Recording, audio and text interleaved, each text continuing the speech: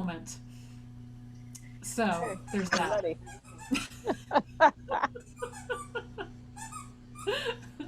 Dog. Good grief. Well, hello, everybody. My name is Liz, and today we are going to talk about using Zoom for your events. So I will say that what did we heard on another call that there were like 87 virtual event platforms out there now and growing of things that are being created, and software developers on just about every event that I'm on watching to see what they can go create. So it's just getting more and more and more complex out there.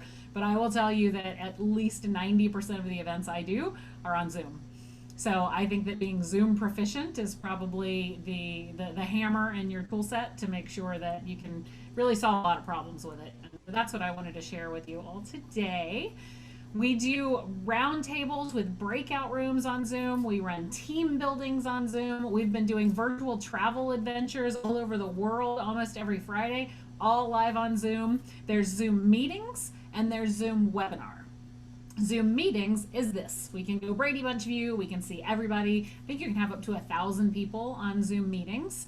Zoom webinar feels similar, but everyone is kind of webinar style, not on it, and you promote to panelists the people that you want to be seen. So it still has that Zoom feel. It's still very easy to join. It's just not everybody on the Brady Bunch view. When you are a panelist, you can see how many people have logged in. So unlike some broadcast tools where you have no idea how many people are at the other end, the nice thing about Zoom is to be able to see how many people you're talking to. Now that's nice or not nice. If you really get nervous talking to 20,000 people, maybe you don't want to see that number. But in general, at least it gives the administrators a little bit of comfort. So Corinne is the host of this Zoom meeting. And there are several roles you can have in Zoom. So there's host, co-host, and participant. And I will say that this whole conversation is going to be about Zoom meetings. So there may be some differentiators with Zoom webinar, but this is these types of events that involve engagement. So as a host, you have almighty godlike powers, and you can create breakout rooms, you can mute people, you can spotlight people, you can even rearrange the order of the way people are showing up on the screen. So there's a lot of powers that the host can have. You can anoint people co-hosts so that they too can help you mute and unmute people. They can spotlight people, speaker view. You can do the chat. You can kind of manage some of those participant actions. What you cannot do as a co-host is you cannot launch polls and you cannot run breakout rooms. Only the host can do that. Now, as a co-host, you can stop the poll. You can actually, if the host were to launch it, you actually get the option to hit end poll. So just make sure if you're ever running an event and you have a lot of co-hosts that one of them doesn't end your survey early. I had that happen to me once because he just wanted to get it off his screen, so he hit end poll and it disappeared. And we'd already had about half the respondents come in, and the only way to relaunch it is to literally relaunch it and start it over. So just something to make sure your co-hosts are aware of. Please let the survey run its course. So hey, welcome back, Ralph.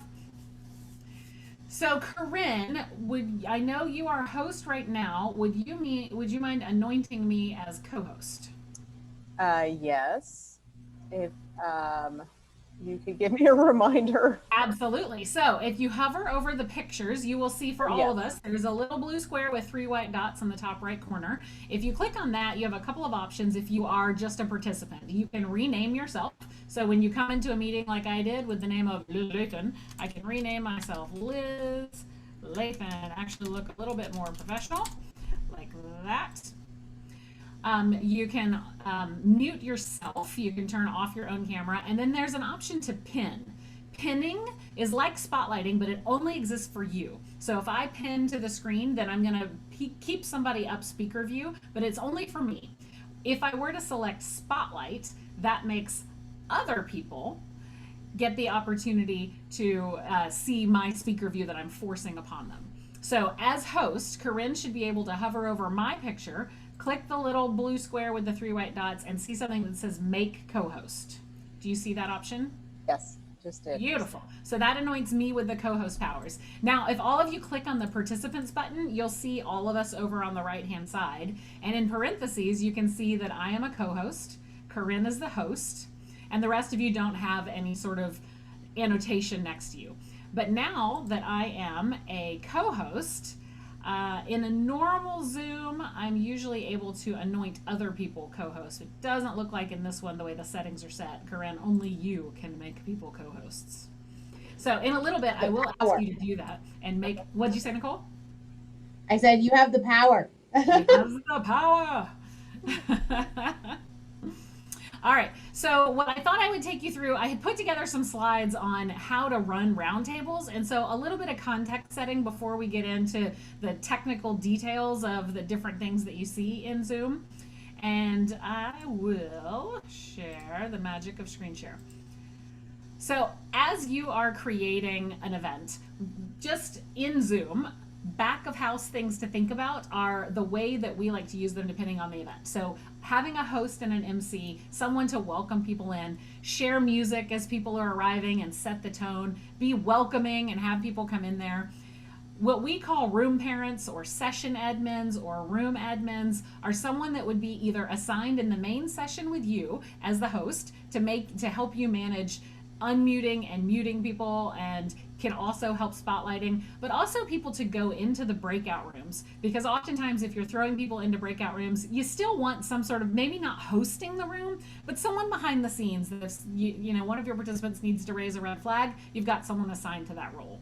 They don't have to be technical. They can literally just be like the gopher, like the intern that you send into the room to go grab water for the speaker that needs it. It's that kind of role if you want it to be, or it can be a much more strategic role, like they're going to be the breakout room host, and maybe they're running games. Maybe they're going to do a jigsaw puzzle or something, and they're going to act as host. Sometimes Liz and I do like a distraction, like if she's moving some people into a breakout rooms or something else, I'll step in and do something, just a little distraction kind of thing, or help with the spotlighting, or the muting on the back end. That's a really big one as well, or run the chat. Yeah, and I'll talk about muting when we get into the technical things too. But that technical administrator, so there is sometimes on our events we will have somebody who is going to be behind the scenes completely, and they'll have their camera off and they'll be on mute, but it is their job to monitor the live mics or the hot mics and make sure people are muted. It's also their job to maybe monitor the chat and respond to things, and help kind of keep things going, or maybe they're spotlighting people, or maybe they're the ones sharing slides or playing the music. But as you think about creating a Zoom event, it can totally be a one-man show, or if you're going to actually run it like an event, you want to have your support network to turn to. Engagement tracking is something that Nicole and I came up with as we're running roundtable discussions or our spontaneous think tanks. When we have a room parent in each of the breakout rooms, we have them set up as engagement trackers. So they are making a list, especially if it's a smaller group, of who's in that breakout room, and marking down, were they active, were they paying attention, were they nodding their head, were they off camera and on mute but they were there the whole time, so that after the event that list can go out to the sales team if it's a corporate event, so they have a follow-up reason. They know when they follow up, they could be like, oh Tracy, I know that you were on this session, I don't know if you were able to participate in all, but how was it? And that gives them an opening opportunity. Also, we can have our engagement trackers even mark down if there were certain words that the people in the rooms used that were kind of buying signals that maybe the salesperson could use as an opening opportunity. As your host and MC, I like to say that all of us that used to be event managers, and we were very comfortable being behind the scenes and behind the curtain and just the wizard back there that nobody ever saw, we have now all of a sudden been thrust into becoming on-air talent. So we are now news reporters, hosts, hospitality professionals, and we are the ones that set the tone. So if we're going to run an event, we need to be with our welcoming face. Nicole likes to say eyebrows up. Just like in person, virtually, you want to look like you're engaged, welcoming, happy to have people here in your living room with them. We like to say hi as people join. So when you come into a large event and you see the people lining up, even if their cameras are off, just saying, hey Carolyn, we're so glad to see you. Jessica, I am thrilled that you're here with us today. Renelle, oh my gosh, it's so good to see you. Where are you dialing in from? And just keep that energy up. Have people put stuff in the chat. It just changes everything. Yeah, we sometimes will be like, oh, cute dog. And then they'll hold their dog up. And then everybody else goes and gets their dog. And we just literally had a spontaneous puppy party. Or then there's cats or birds or whatever else. And just the things that you learn completely set the tone. And you can, string those throughout the event as well, which is really fun. So one of my little tips is to determine your house rules in advance of running your event. So do you want your participants to be on camera, or to stay off mute, to stay on mute, to just kind of set those ground rules as they're coming in so everyone knows. If they're gonna use the chat, then you drop that in at the beginning. Hey guys, I'm gonna be monitoring the chat. My friend Nicole here is also gonna be checking it out, because sometimes I may be focused on the screen and not looking at the chat, but feel free to in there. We're gonna have somebody take a look at that. So my camera readiness tips. You all look really great. You have good lighting. I can see you, but don't be like deep throat in the videos so that you're completely silhouetted and nobody can see you. You want to actually be that on-air talent. Have your space ready. It does not take a ton of money to create an in-home studio. So I will show you this incredible studio that I have built right here in my very own guest bedroom. Very expensive and high tech. Very expensive and high tech. It is a green screen in an unmade bed guest room. That bed was made, but the dog ripped all the sheets off of it, so I will it doesn't take much to actually have a professional look. It was a $20 green screen. We do have decent microphones. And I have the little selfie light. You see my little selfie light? And that's it. Just make sure that you sound good and you look good, and that's what it takes. And back to this one.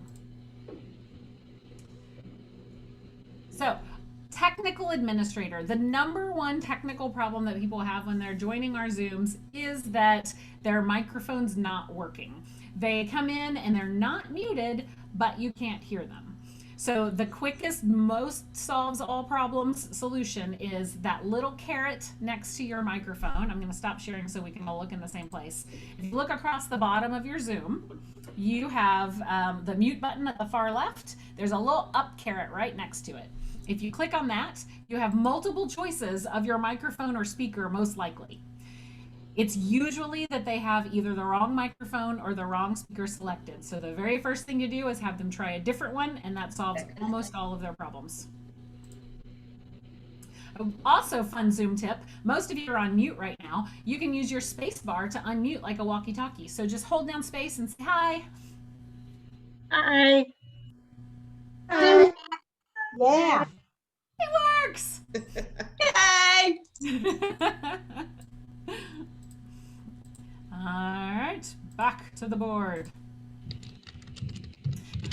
There is a waiting room on Zoom that you can disable. So if you're the host, you'll see this little security feature down here, and you can click to uncheck enable waiting room.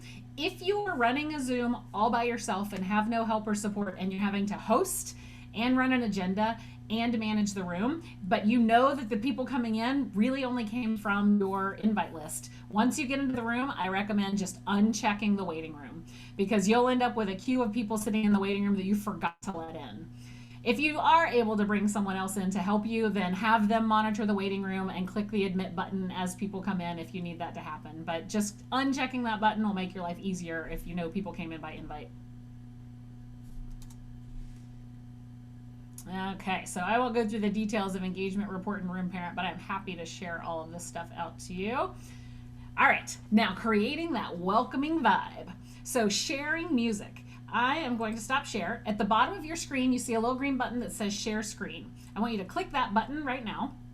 And the first thing that you see is all of the windows that you have on your computer as an option. At the very top, you see basic, advanced, and I have files. You may or may not have files as an option for yours. On this main basic screen, at the very bottom, you have two options: share sound and optimize for video. Do you all see that? Awesome. So if you are sharing a YouTube video or another video, you always want to make sure when you select the video that you're going to share, you check the optimize for video clip. And that's going to make sure that the buffering thing doesn't happen and your video plays smoothly. If you click that, it'll automatically check the share sound so that the sound gets piped through.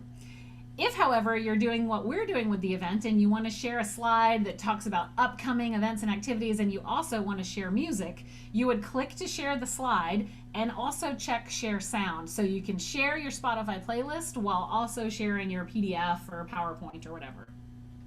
Now, just to create the welcoming vibe and have people in, I want you to click the advanced button.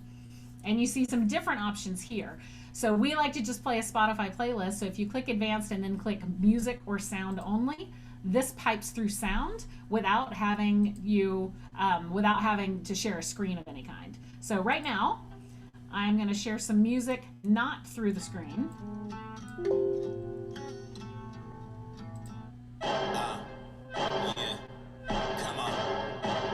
So how are you selecting the music? Okay, so you only hear it weirdly, right? But now, when I hit this button, and I'ma get just what I wanted, yep. I'ma get a puppy for Hanukkah. so the difference in the sound when you're piping it through. Now, as far as where the music come from, Spotify. My $5 a month Spotify account, which is perfectly acceptable in these little private rooms like this. If you are webcasting to the public, that is music license illegal, and Zoom's algorithms will shut it down. So you have to use royalty-free music or approved music. But just in these little private ones, you're okay to do that. All right, so all the sounds. The most annoying sound in all of Zoom is the bing when people join.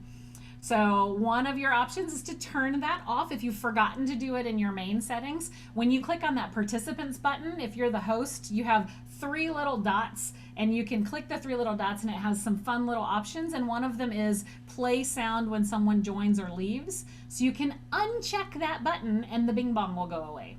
That is a very good thing to do, or else everyone will go crazy, just like the old conference calls we used to do back when they were phone only. Remember the days back in like March? Okay, so renaming yourself. If you hover over any of our pictures, we all have a little blue square with 3 white dots. You can rename yourself. My son taught me that you can rename yourself reconnecting ... and then turn your camera off, and people will think you're having internet connections and no one will call on you. And so that is always something you can do if you are in a class or a meeting. I'll also, just real quick, because it's one of my favorite things to do, is share the other thing my son taught me, and that is how to skip Zoom school. This is good. So here we go. This is,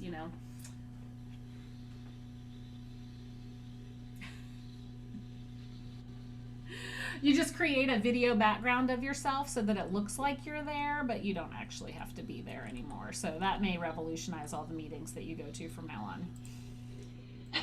But it is a really fun, welcoming thing to do. If you have to step away, you turn on your video background and you just have somebody waving.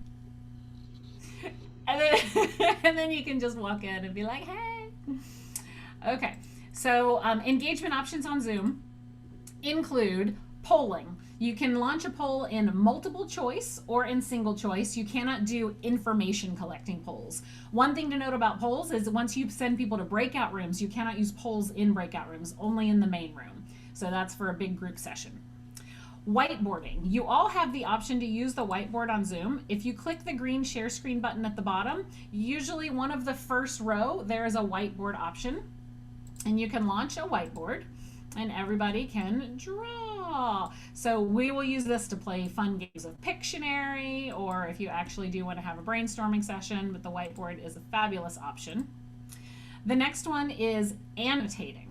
So if you see my screen right now, look up, I think it's going to be at the top of your screen right now. You'll have an option that says annotate. If you don't see annotate, you can click on more and then you'll see annotate.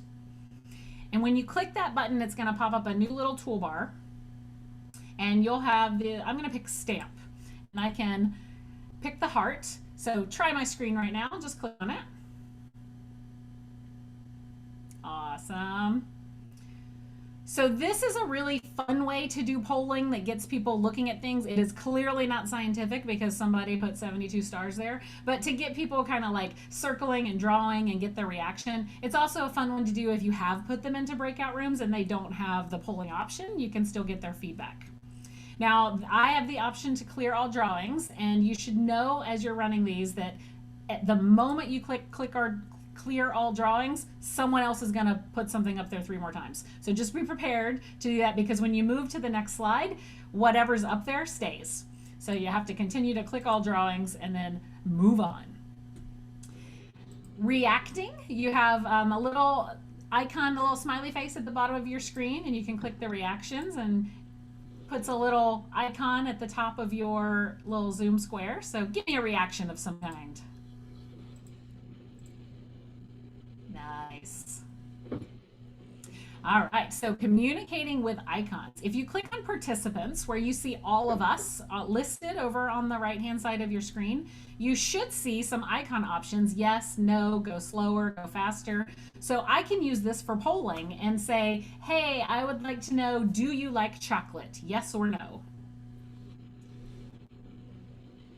Check that out. And for me, I don't know about for you, but for me, it's tallying it up. I can see that there are 7 people that like chocolate. Now, also, if you click on more, you'll see a couple of little hands, thumb up, thumb down, and there's one with the little wavy one. I want you all to click the little wavy one, the little wavy hand. Nice. Now, unclick the little wavy hand. Now you've all just done the wave in Zoom. Congratulations and welcome to our baseball game.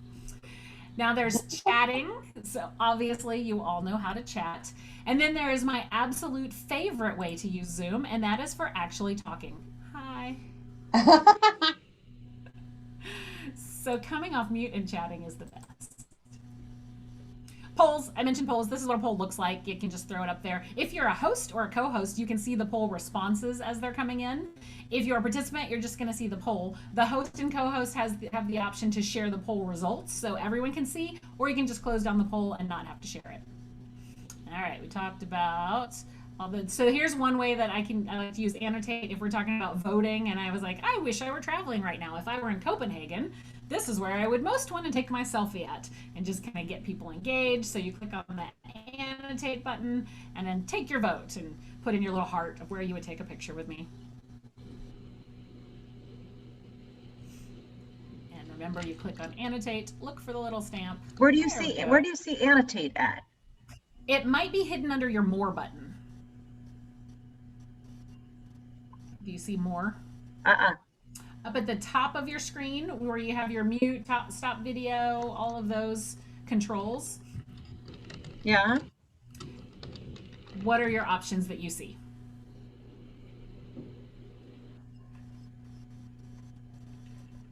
You went on mute. Mute, stop video, participants, chat, share screen, record, and reactions. Okay, and there's no more at all for you? Intriguing. Try same for me, but I found it under view options. If you go to view options way at the top and drop down. Beautiful. I forgot about that. Up at the top where it says you're viewing Liz Lathan's screen, click on view options. And the view only gives me standard side-by-side speaker, side-by-side gallery, swap video, and shared screen and exit. Intriguing. Okay, so there could be some differences in the Zoom version that you're using on occasion, and that does happen when we're running meetings. So we try to engage people, and it doesn't always work based on the versions. There's also some really cool new stuff that has come out, like allowing participants to choose their own breakout rooms, which works about 30% of the time because people don't have the new version. The main thing to know, speaker view versus gallery view. So gallery is when we're all looking at each other Brady Bunch style. Speaker view is when, I like to say, the person making the most noise shows up the largest, which may not always be the speaker. Sometimes it's a noisy person.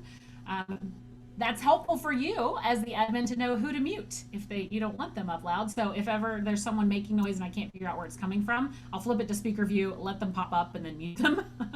But spotlighting is what actually will force people into speaker view.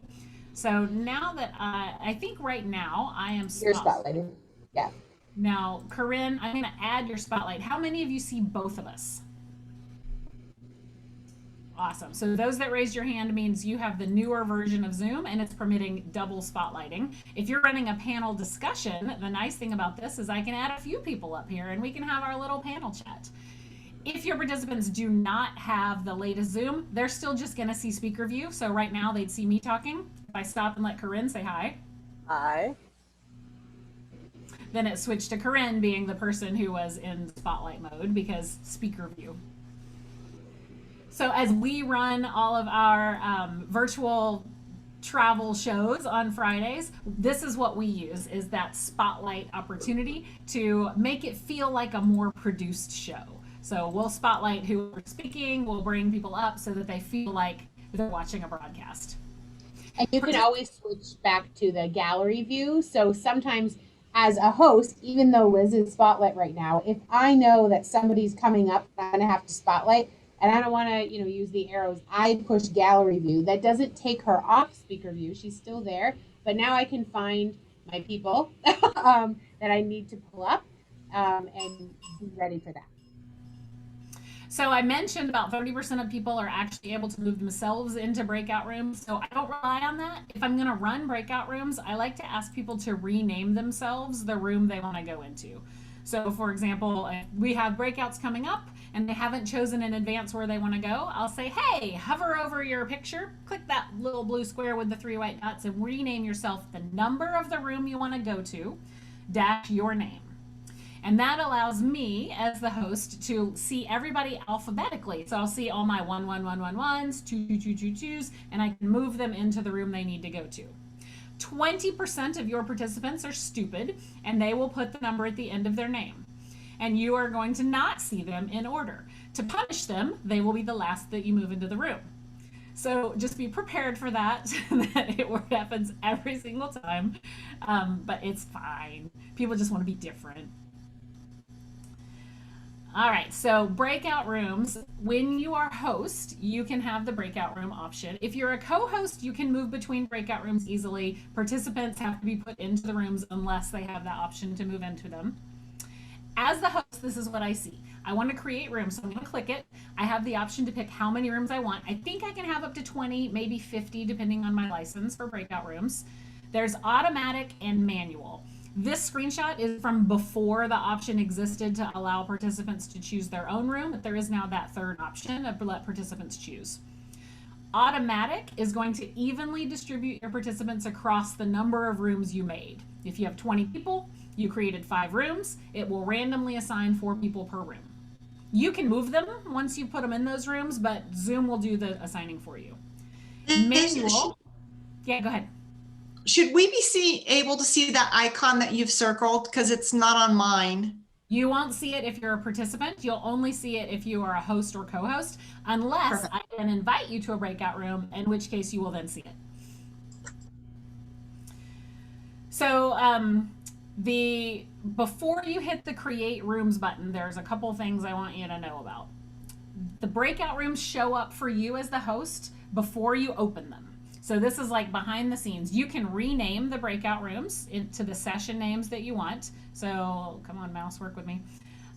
If you hover over it, it allows you to rename, and that's where I'll rename it 1-session name, 2-session name. And where it says assign over there on the right-hand side, if I click that, I'm gonna see all the participants in alphabetical order. So everyone that said 1, I simply go click, click, click, click, click, click, click, and move them into room 1. Everyone that picked 2, I move them into room 2. At the bottom of this screen, you'll see recreate and then options. Recreate lets you start over. So if you're doing breakout sessions in one moment and then you come back to a general session, you need to recreate breakout rooms and erase the work you did before, you click that. If you don't click that button because you're having the same breakout groups throughout the event, just don't clear it, and people will go back into the rooms they were in your previous session, as long as you don't close the Zoom. It keeps everybody in there. So sometimes you'll do like a 2-day Zoom. So if you're there for the full 8 hours, you can keep people in certain groups. You can permit participants to return to the main session, or you can prevent them from doing that by unchecking the button, and they have to stay in the breakout room they're in, and their only option is to leave the meeting. I like to give them the option to come back. As you're running a Zoom, you want to make sure somebody, whether it's you as the host or somebody on your team, is in that main room serving as air traffic control in case someone loses internet. I kind of view it as the lobby. So if they get dropped off, they're going to come back into the lobby and you can redirect them back in. You do want to make sure the person who stays in the room has official Zoom host controls, because that's the only way they'll be able to put people in the breakout room they need to go to. I know we're officially at time at 2:30. Corinne, is there somebody else coming in this space, or do we have a little time? No, there's no one in this space. There's something at 12:30 in tools and tech, but our space is good for a while. Okay, so if any of you need to drop, I'll make sure we have the recordings ready on Monday. Otherwise, hang out with me. I'll keep going. So this is what participants see if you give them the option to accept the invitation to the breakout room, and they just click join and they get magically whisked away into their room. You can check the button to not make them click this, and it will just push them in. If I have a larger group, I like to have this because then I know who turned their camera off, went on mute, and stepped away and are not participating at all, and I didn't just throw them into a breakout room and expect that they were actually there. So it makes them kind of notify me whether or not they're still around. Kind of like when Netflix says, "Are you still watching?" If you click later, your invitation still exists to the room, but it lets you stay in the main session. So I've used this before if I've got a kind of plenary session going on, but part of my group needs to move over to room 2. You can't open breakout rooms asynchronously. They all open at once. So what I'll do is say, hey, I've assigned this group of people to room 1. Room 1, don't go to your room yet. Stay here because we're going to have a plenary session. Room 2, accept the invitation and move in. And then afterwards, after the plenary is over, I'll say, okay, room 1, time for you guys to move. Go back to your breakout button where you clicked, where you got the invitation, and then say, yes, I'd like to join now. And the breakout rooms is the thing that we deal with the most as far as people are saying, I can't find it. I don't see anything. If they're on their phone, sometimes they can't find it. So sometimes it's very basic things like, oh, I didn't have myself full screen or whatever else. And sometimes they just can't find it. So, troubleshooting is just. Be kind. Walk them through things. Yeah. Once people are in their breakout rooms, you can no longer communicate with them through chat. The only option is to send this broadcast message, which not a single person will ever see, because it's teeny tiny and blue and across the top of your screen and no one will see it. And that is why you have room admins in the rooms to give the 5-minute warning, to give those time checks. I always do the broadcast message anyway, but literally nobody ever sees it. But Liz, there's timers where the timer will say you have 3 minutes left, and then at a certain point, they'll just push you back to main, right? Only if you're closing the room. If you're not actually closing the room down and you have speakers going on in the breakout rooms where they're like changing to the next speaker and you're sending speakers in, a lot of times if I've got a lot of breakout rooms with people, I'll assign people to the room they need and I'll actually move the speaker from room to room instead of remaking breakout rooms the whole time. And so there's no way for the speaker to know that they're about to be whisked away into another room. And it's like the virtual hook. When it's time for them to go, they may be mid-sentence. They can't control that I just moved them. Which is kind of fun because sometimes you can't make the speaker stop talking. And I'm like, haha. Okay, so I shared unmuting tips, I shared sharing audio tips, and then screen sharing. Just pro tip, always share the application instead of your whole desktop so that nobody sees all those little pop-up things that happen on your computer. So closing out your event, just make sure that you thank everybody. If you have a call to action, like we're going to be following up, or we're going to send you recordings, or go to this website, just kind of close it out with that. I do love to end with some music and just have that queued up, ready to have some play out music feel. And we say bye to people, same as we, welcome them in. So we'll be like, see you, bye, Natalie, so. Now, how many of you, have you all experienced going into breakout rooms? No, I see some no's. Okay. Yeah. Okay, so I'm just going to create 3 breakout rooms, randomly assign you. You're somehow, I don't know how, through the magic of Zoom, I as a co-host am now able to manage breakout rooms. So this must be some new update thing that's just happened, but awesome. Here we go. So I'm going to create the breakout rooms, and I'm going to, under options, I have the option to select what the countdown timer is. So when you're in the room, you will see the countdown timer for 10 seconds saying the room's about to close, and you're all going to come back here. But at this very moment, you are about to be whisked away into breakout rooms, and then I'll be bringing you back. So enjoy your moment in a breakout room.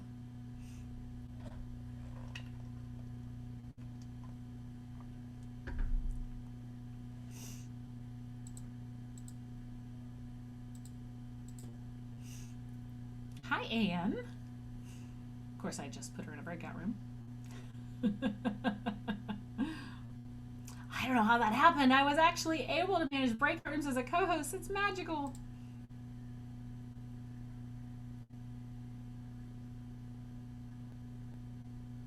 So, Corinne, can you make everybody a co-host real quick? Just go through and do what you did for me. Yeah. So that's what it's like as an attendee to go into a breakout room, and you just kind of get whisked away. Now, once you're in those rooms, I can move you room to room and just kind of make you zip around. If I do the automatically distribute, a lot of times if we're doing a team building for a larger group or something, I like the automatic distribution to get as few people in a room as possible. I'll use, you guys remember when we were real people, we used to have like table topics with random questions. And so I'll just pull out my little table topic and go, okay, you're about to go into the room, and I would like for you to answer, what one fear would you like to conquer? You have 3 minutes, everybody answer that question and then come back. You know, just throw something out like that, get people talking, and then they all come back. Like, oh, we didn't get to Bob. Well, that's okay. Also, one thing, if you are doing roundtables, if you have a large group and a small amount of time, encourage people to not do the introduction thing. Otherwise, you run out of time and it's over. So have people drop into the chat, maybe where you're from or where you work or what your favorite spaghetti noodle is or whatever. Just something to kind of keep that introduction thing going, but on the side. All right, so Corinne has co-hosted all of you. Except for Jen, Natalie, and Tracy. She's working on it. Those of you that are co-hosts, do you now see the breakout room button at the bottom? Nope. Okay. Anne sees it. Some of you do, some of you don't. Interesting. I think I got it. You have to click on more. Okay, some of you might need to click on more. And then do you see breakout rooms? No. Okay. I wonder, you know what, it could be because of the way that we have it set up with Kiko Chat. I actually come in automatically as a host, so it could be that I have super secret host powers. Well, anyway, we'll go. If you want deep, detailed support on creating and running breakout rooms, I am happy to hop on a Zoom with you and kind of do a playground session at any time if you are getting ready for an event. But meanwhile, let's take a look at the participant list. So click participants and see everybody over on the right-hand side. You can see that all of you are on mute. I would like for you all to unmute and then just like make some noise, like some weird noises.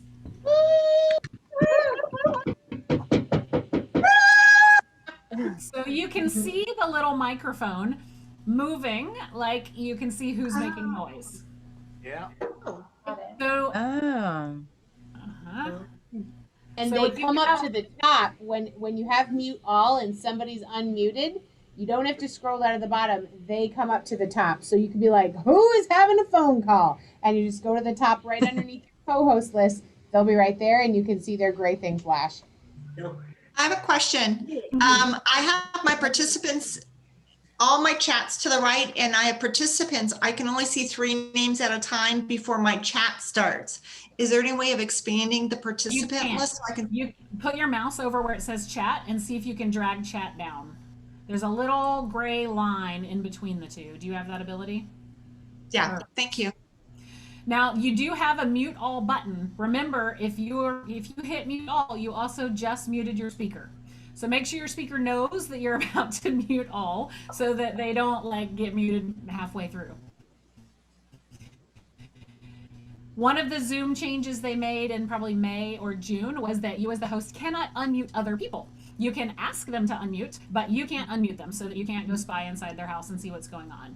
There is a setting in the back of Zoom where you can let people choose to let the host unmute them, but they have to opt into it. So if that is something that you want, just make sure you check that setting and make sure as people are registering, they have the option, something to check. But for the most part, if everybody goes on mute real quick for me, I will show you what it looks like when I need you to unmute. And you just get a little pop-up that says, the host has asked you to unmute. So that's what you can do as the host in order to get their attention and go do, or you can do it. I have a t-shirt that says you're on mute. And so if I, if somebody saw it, then I'll just go up like this and it says you're on mute and they can see that they need to unmute. All right. So that was my 42-minute, 30-minute session. Any questions I can help with? I have a quick question. Do all of you, when you're looking at your screen, do you see it where it says that Liz Lathan is speaking on the top of your screen?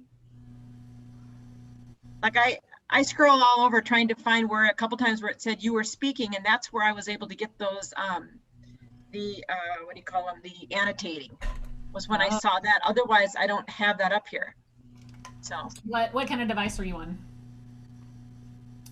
Just laptop. A regular PC? Yeah.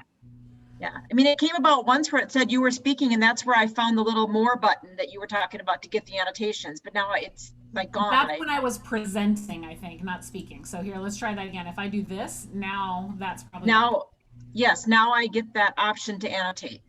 Yes, exactly. So you can only annotate if someone has a slide up. Got it. Thank you for that. Zoom also has a fun little production thing. If you're teaching a class or something, they've added, remember how I mentioned basic, advanced, and files when you share screen? Under advanced, there's something that says PowerPoint as a virtual background. So again, this will only work if you have the latest Zoom, but here's what happens. And I think, I don't know what PowerPoint I'm picking here, but I'm gonna try something. Preparing my PowerPoint. Look at me, I'm down here in the corner now, and I can do fun things and make it look like I'm inside my slide. I can also move myself around and be like, oh, but I'm over here now. Now, my super fun creating a class super secret trick is if you hit record, you have two options on record. There's pause and there's stop. If you hit stop, it actually stops the recording in chunks. But if you're trying to record a 30-minute class and you use the pause button, you can record in this view and make it feel more dynamic. So if I'm recording now and I'm going to say, talk, talk, talk, talk, talk, talk, here's my session, and then I hit pause, then I move myself, and then I hit play again, and I'm like, talk, talk, talk, talk, talk, talk, talk, talk, talk, and then I hit pause.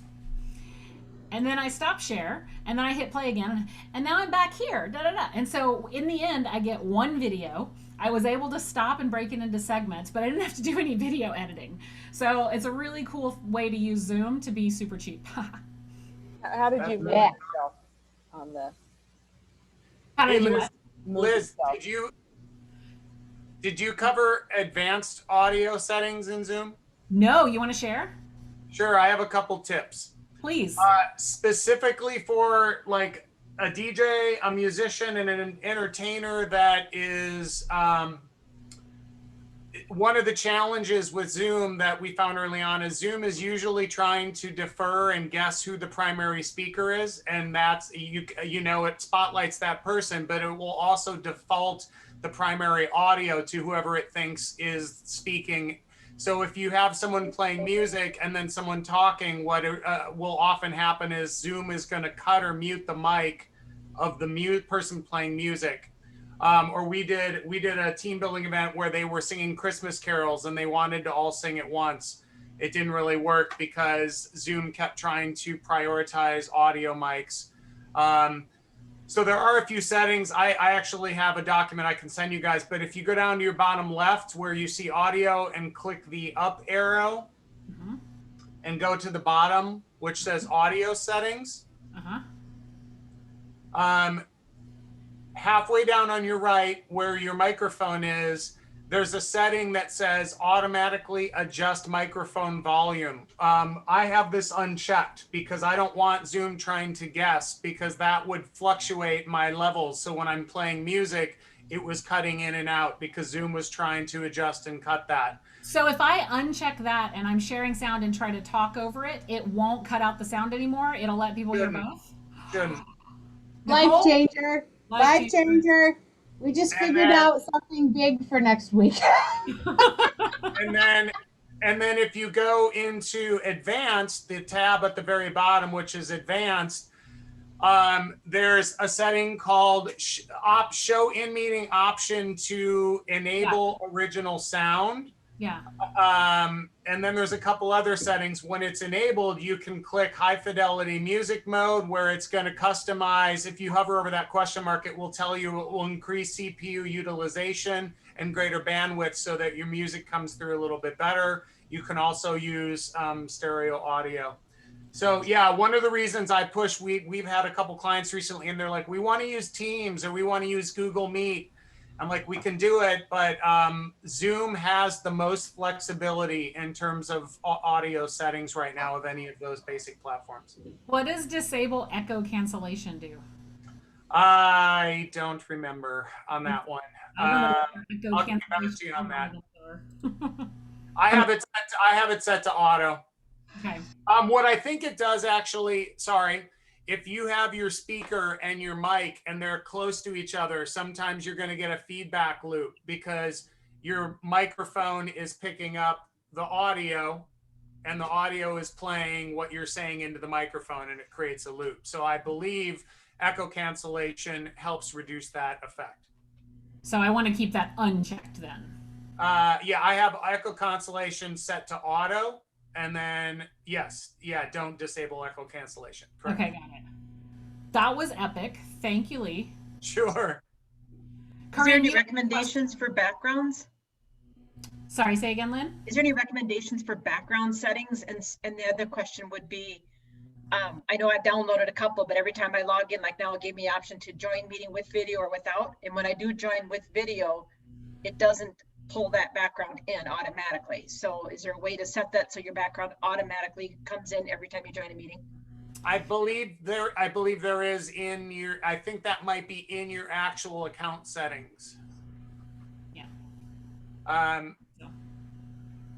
But if you go into video, when you go into video, like choose virtual background, you go into video settings, you have the option to click HD. So if you have a good camera, you can click HD, and as long as you have a fast computer and a good camera, then you can, and then touch up my appearance is also supposed to do a little bit of sharpening on your camera. But I will warn you, if you do 90% of your events in Zoom like I do, it is extremely jarring when someone makes you join a WebEx, because I am used to looking beautiful on Zoom. I've got mine on full bore, so. She's like, new app, who dat? Firsthand, I was on a WebEx yesterday. Oh my gosh. Also, if you haven't played with virtual backgrounds lately, there are also now virtual filters. So if you want to be COVID safe, you can add your new filter. And, you know, I got my N17 or N97 or whatever mask on, or my surgical mask. Is there a certain background, website that you go to get those? No, they are in Zoom. So if you click that little up caret next to stop video and click backgrounds and filters, you have the option of filters right next to backgrounds, and they're there. I don't know that you can upload your own filter, but you can upload your own background. See, and I go there and I have nothing there other than the ones that I went and looked up. Okay. Yeah, I don't have any filter options either. So if you update to the latest Zoom, then it should install the new filters theoretically. Okay. For backgrounds, yeah, Lynn, I just have all there's like 4 default ones that come up to me for my account, and then all the rest of them are ones that I've added. And are these free or did you pay for those? All free from Dr. Google. I'll have to see if I have the latest version then. Thank you. A quick hack on virtual backgrounds. A lot of the ones that I've been, you can either get them from stock video sites, and there's a few free stock video sites. Also, if this is, I don't know how nerdy this is getting, but I have YouTube to video file converter. So I'll go to YouTube, and if I find a video I love on YouTube, I take the link, put it into a converter, and it converts it into an MP4 file. So if you go into YouTube and search HD for high def background, and then whatever the theme is, you'll find a bunch of free backgrounds. And if you want to make your own video background like this, you just do a Zoom meeting, hit record yourself on a loop doing something like that, and then load it as a video background. That's awesome. And then you skip your meetings. Awesome. Well, I want to thank you all so much for hanging out with us today. And Corinne, you had one question that I kept trying to get back to. What was your question? Do you remember? Yes. How did you move around when you were in the? Oh, okay. You literally just grab it. So Okay. when you are sharing your screen in that one, you show up in a little box and you just grab yourself and move you. Oh, nice. Well, thanks. I do that a lot. Yay! I hope that was helpful. Do reach out if you need anything. Happy to help. Nicole and I are in Zoom like 9,000 hours a day. And True story. And we don't have Zoom fatigue. Ever. Because we have fun here. We like Zoom. We're big Zoom fans. All right. Well, thanks, everyone. Have fun with the rest of your events and meetings and sessions, and we will see you all soon. Thank you. Bye. Next sessions are starting at 1:30. 3:30. Mr. DJ, can you send me those audio settings?